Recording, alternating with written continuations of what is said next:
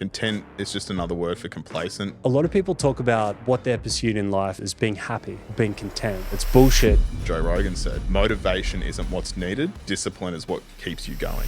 It's the people that are posting on Instagram 3 times a week, their happy moments, and you're thinking that's their whole fucking life. It's not realistic. Why would you just strive to be content when you can strive for greatness? You're selling yourself short. People don't see an end game because we're sort of built to see short-term gratification. Welcome to the Better Bloke podcast. I'm Matty. I'm Rob. And we're just a pair of average blokes on a mission to try and be a little bit less average. We're going to speak about all things highs and lows of what it feels like to be a bloke, plus speak to some legends along the way about what it takes to be a better bloke. Let's get stuck in. We've been able to get a couple epic partners on board to help with the Better Bloke mission, but we want to take a minute to give the members of Blokes Advice and ourselves a bit of a pat on the back. The charity process started 12 months ago, and obviously a lot of our time has gone into this, but the merch has been a massive driver in keeping the ball rolling with Better Blokes, as well as getting us to events like the 2500 Boots display in Canberra. If you're chasing new threads, head over to blokesadvice.com, and every order is helping this mission that we're on. Welcome back to the Better Bloke podcast. Welcome back. Welcome back, yeah. It's good to be back. It feels like I've never left. I'm starting to become comfortable.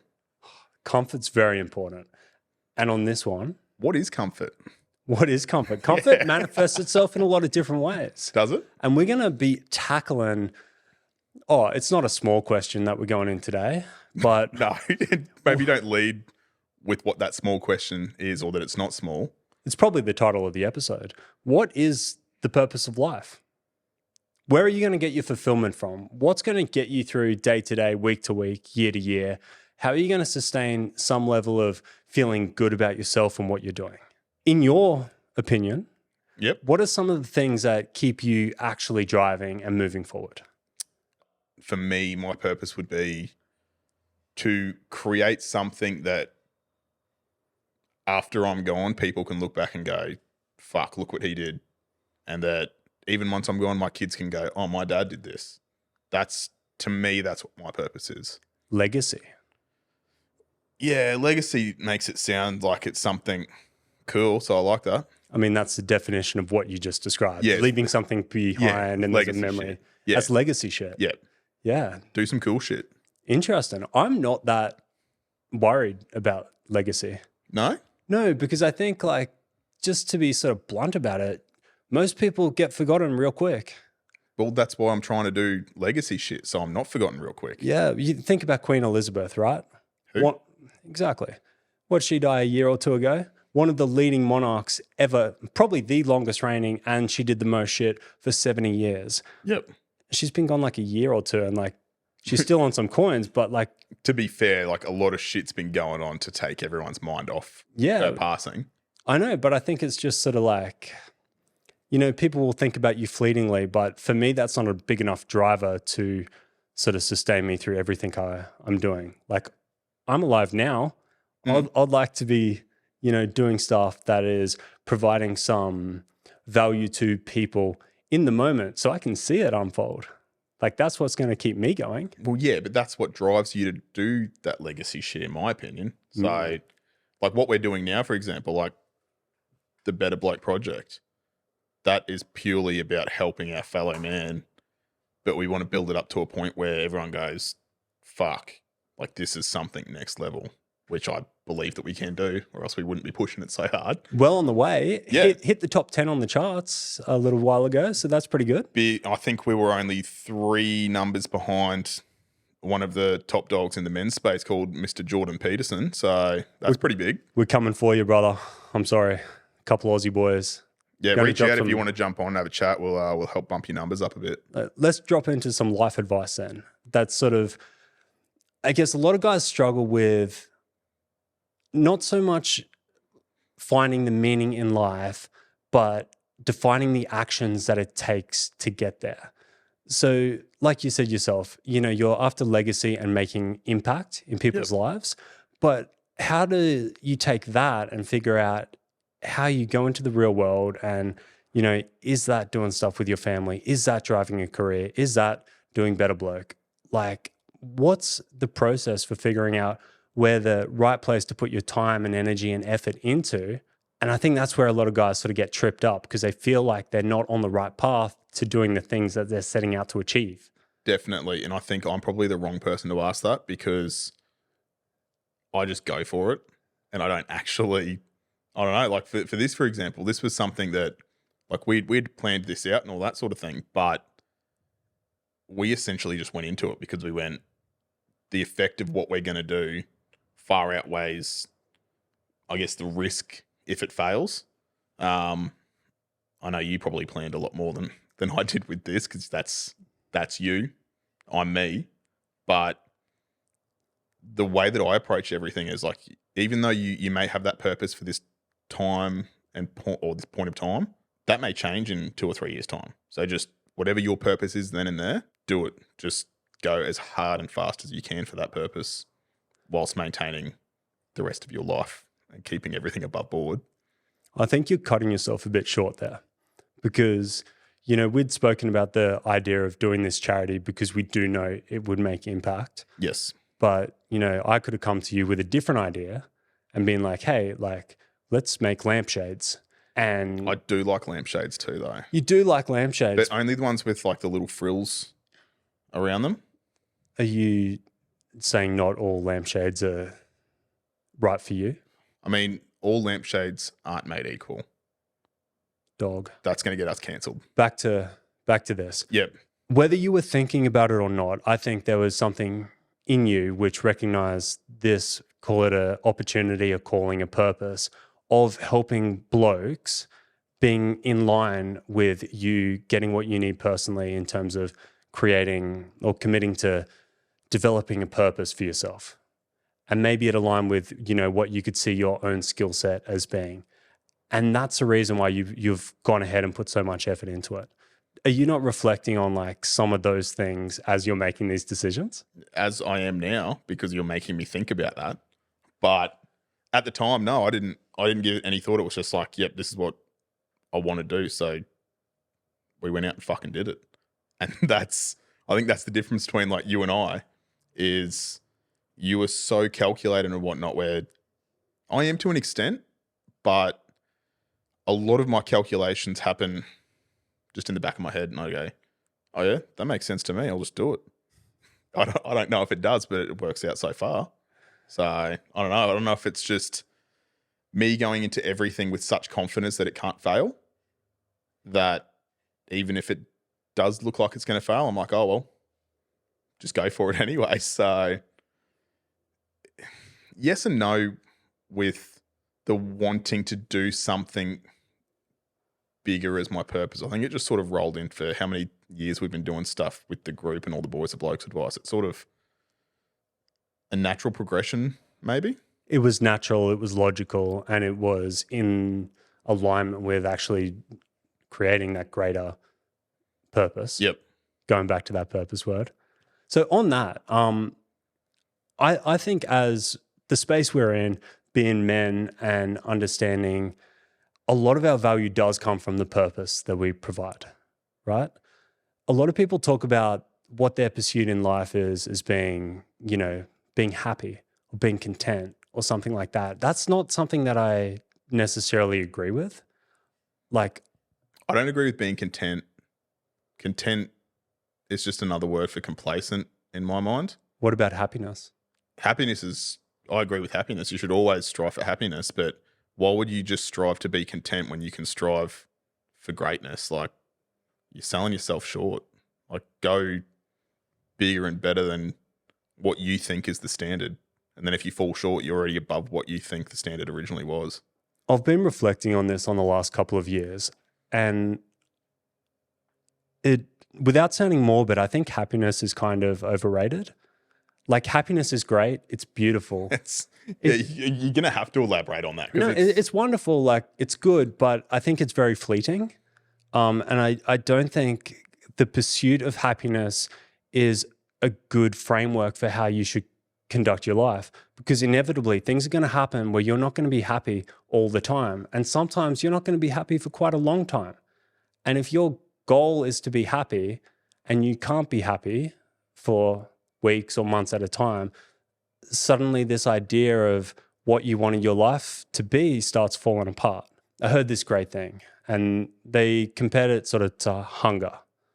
Like, you can get hungry and you can eat and you can fill yourself up and make that hunger go away, but inevitably it's coming back. Yep. And you need a new way to stop being hungry. You have to fulfill yourself. So it's more around making your life in a way for continued fulfillment so that you can get those bursts of sustained happiness over time, rather than trying to stay in this like ball of happiness, because I just don't think it's realistic. Just constant dopamine hits. Yeah, I don't think happiness is a natural state of humans. Like, we grew up in caves and shit. Like, we're facing problem after problem after problem with a glimpse of happiness. I think that's a more natural state of humans. Yeah, I've never actually thought about it that way, but I think when you put it that way, it makes a lot of sense. But at the same time, I don't completely agree with it. Like, I know personally you should strive for happiness, but then at the same time, it is somewhat unachievable with what you've said with maintaining that. And I think that's where all these small dopamine hits that everyone gets from, social media, going out and eating shit food, all that sort of stuff. That's where those little things are coming from, is people constantly chasing, I guess, that good feeling. Yeah, striving for happiness, I agree with. Yep. Living in a world where you think that should be your baseline, it's unachievable. It's not real. It's bullshit. It's the people that are posting on Instagram 3 times a week, their happy moments, and you're thinking that's their whole fucking life. It's not realistic. And I think people that are seeing that and thinking, why don't I have that, are just setting unrealistic expectations on their own life. If they took a more realistic approach to what life could be and shift their focus from happiness to purpose, and building the purpose framework about something that will generate happiness along the way, because it does. Whether your purpose, and it's different for everyone, is helping other people or building community or building something that is of value to other people, whether that's products, friendship, relationships, fatherhood, you're going to get, as a natural benefit of that, those moments of happiness. Yeah. I think going back to what you were saying with everyone seeing like the perfect pictures on Instagram and whatnot, that's something that we probably need to remind people of, is that is exactly what you're seeing. You are only seeing what that person that you follow wants you to see. No one is perfect. That's like, perfection is unattainable. You can't chase perfection, or else you're going to constantly fail. Yeah, I can speak on that because I'm like a filmmaker, photographer. The last 5 years, I've pretty much been flying around the world, shooting all sorts of adventure, skate, travel stuff. Yeah, travel stuff. But guess where my Instagram lights up? When I'm in the mountains in Norway, or when I'm like doing something super cool. Like the peak of what you're doing is cool. Realistically, 80% of my time is in a dark room in front of a computer. And yeah, I'm guilty. That's not what I'm sharing, because A, no one wants to see it. B, it's boring. And C, like, it's, I guess, not what I want to portray of my life.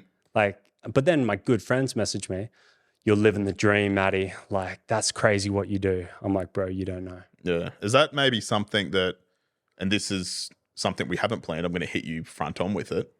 Do we, with us stepping into this scene now, do we make a conscious decision ourselves to be ourselves?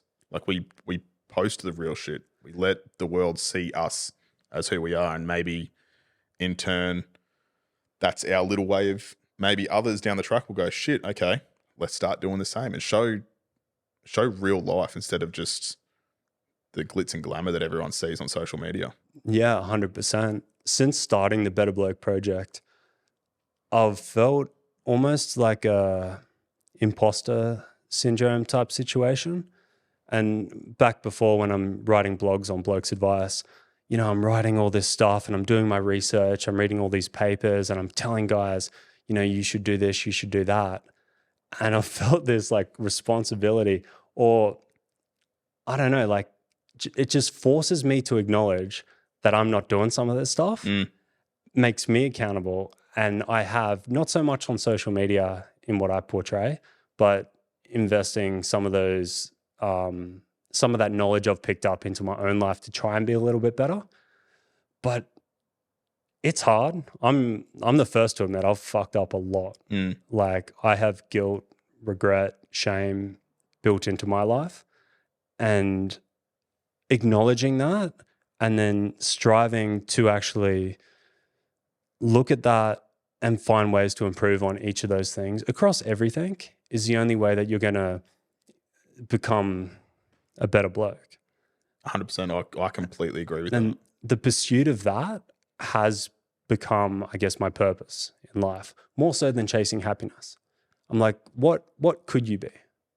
I think that's the bigger thing, because I'm fundamentally aware how I sit as a man right now.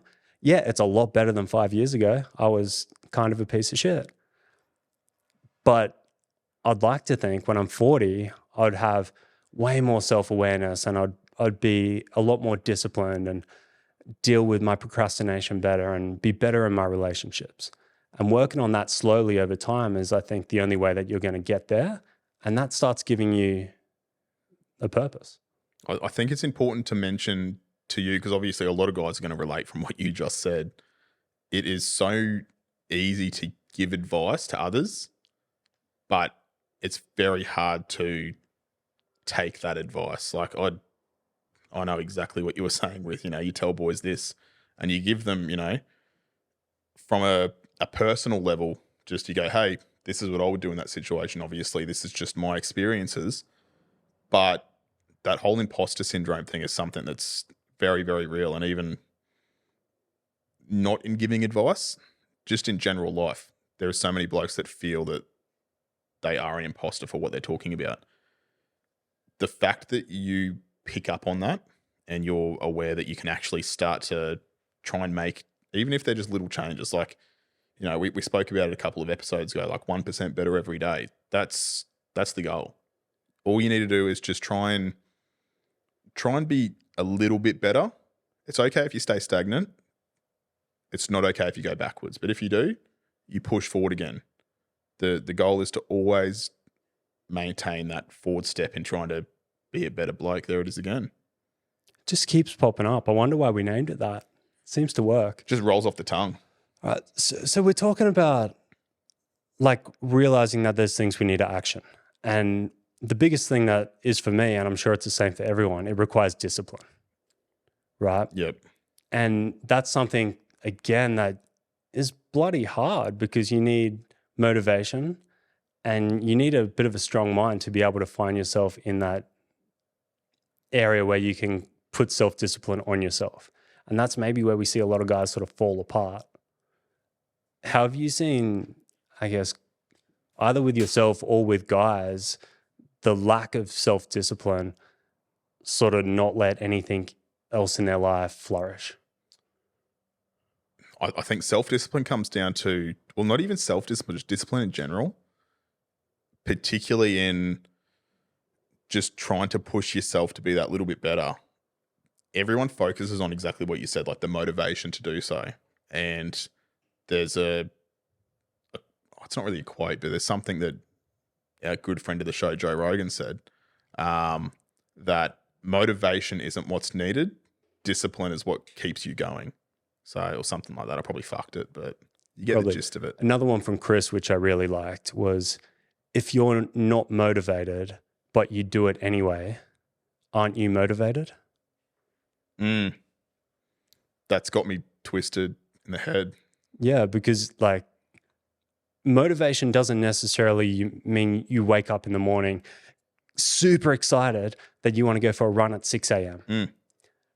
But if you drag yourself out of the door with discipline, that's sort of one and the same with motivation. It might not be that it was easy for you, but you found something, which is motivation, which got you to do it. So you don't have to feel that motivation is this ecstatic energy to do it. But if you can force yourself to do it, you've found enough motivation to be calling it motivation. Or even in saying that, like I'll use, for example, last week, I didn't want to go for a run in the morning. And I was like, nope, not going. Hemi came up to me and said, we're going for a run. And I went, I don't really feel like running. And he goes, I don't care. We're going for a run. And I went, okay, done. So even for those times that you don't have the motivation or you don't have the discipline, maybe rely on others to help get you over that speed bump. So for a little while ago, before they removed our ability to have chat groups online, we had a group that was nearly solely dedicated to boys encouraging each other to go out and fix their sloppy rigs. And that was going off. Like, there were boys that were essentially competing with each other just to see who could run the furthest or who did the hardest weight session at the gym. And it created this little environment that, as much as it was motivation, it was competition. And like, blokes love competition. That's the driving force for a lot of guys. So I think what I'm trying to say is, if you don't trust yourself to be disciplined enough or motivated enough to do it yourself, lean on those around you that you know are going to. Yeah. Here's a bit more marketing jargon for you, but something that sort of plays into marketing psychology is the term gamify. So when it comes to, maybe it's being at an event and trying to make something more interesting, or it's, running a sale or something like that, if you can add an element of gaming into it, so it's competition or it's luck or it's skill, it makes the whole experience a lot easier to go through. That's a psychological sort of condition. So that's very much the same with the concept behind an F45 or a CrossFit, because, they have these circuits, they have timing. I'm not familiar with CrossFit. Aren't you? You're looking very shredded. But then there's also like all these people around you. So the experience of going to one of those things is not just going to gym and lifting weights by yourself. It's creating an environment, a psychological place that's going to help you actually go through those harder things and make the level of discipline you need to go through it be lower. You just got to get yourself there, and then that framework's going to make the whole thing a bit easier. Yeah, I'm a big fan of that. So well, even using myself, for example, I went to gym for a bit, not my scene. I couldn't get motivated enough or disciplined enough to want to actually keep doing it because there was no competition for me. But if I'm playing footy or, going down hitting some pads, there's an end goal for me that, either you're going to play footy on the weekend, so you've got that competitive part of that for training, or if you're going down hitting some pads, you can go, I can go to sparring on Saturday. So it's sort of, I don't know, it's all going to come down to whoever's doing the training, but you just need to try and, well, not just training, I mean, it's with anything, trying to better yourself. You need to find what your trigger is to keep that discipline or that motivation. But yeah, discipline's definitely a big part of that, because I'm not great at it unless I've got that competitive nature in me. Yeah. And the whole gym thing, where you going solo? Yes. So there you go. Like, I always go solo. Well, potentially it could be, just having that gym partner, or going into one of those 8-week challenges where there's like, okay, there's a photo at the start and the end, and I'm paying a bit of money, so there's a bit of skin in the game. Like, maybe it's a framework like that draws a bit more commitment from you and gives you a reason to be competitive. Or purpose.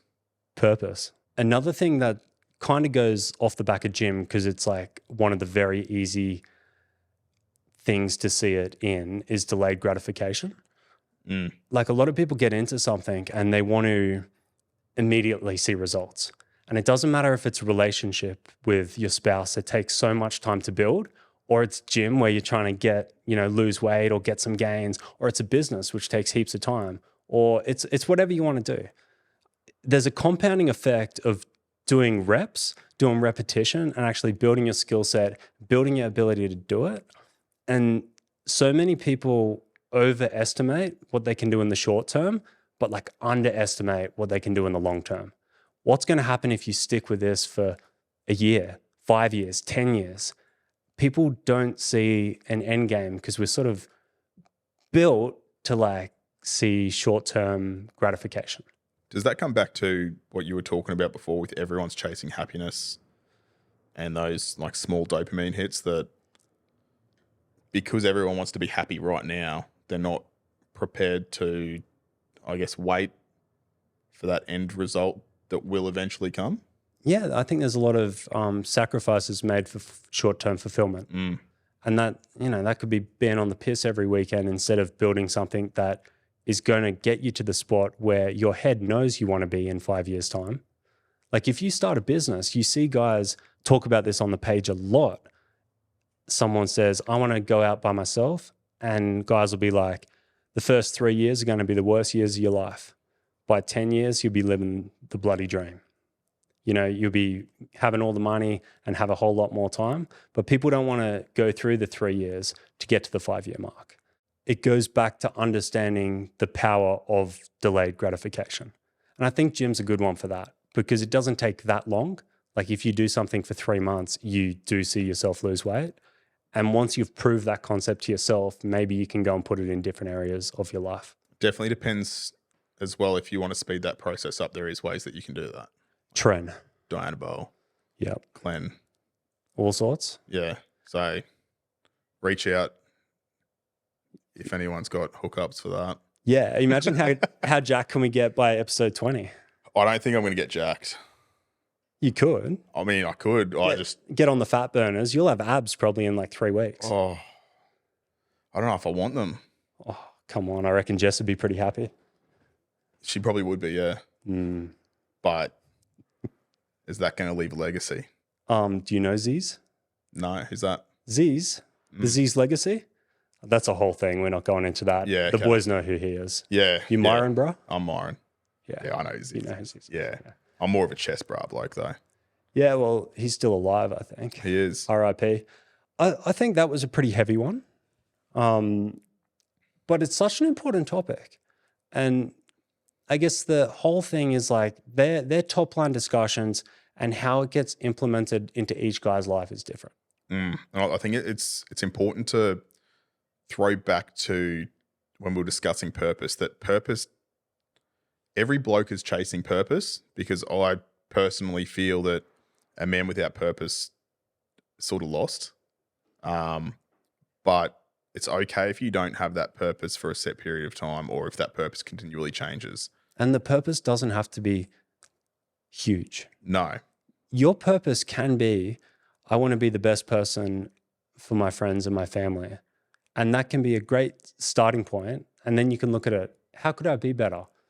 Look, I could just like learn, to give more love. How can I express that? I can help people do stuff. I can do this.